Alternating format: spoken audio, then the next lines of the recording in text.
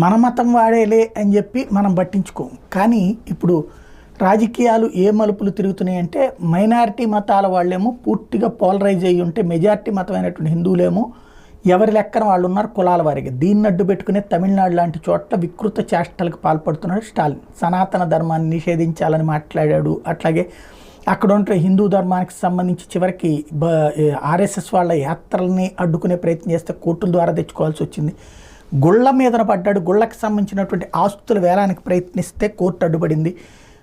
గుళ్ళ ఆస్తులు కూడా వక్ఫ్ బోర్డుకి అధికారం ఉందంటే ఇచ్చేయాలన్నటువంటి రూట్లో తీసుకొస్తే దాని మీద ఇప్పుడు పోరాటం నడుస్తుంది. ఇప్పుడు లేటెస్ట్గా చూస్తే సరికొత్త కాన్సెప్ట్ తెర మీదకి వచ్చింది. As priests are arrested over donation in Tamil Nadu.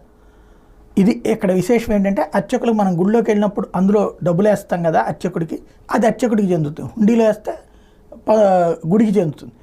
వీళ్ళు ఏంటంటే తమిళనాడులో ఆ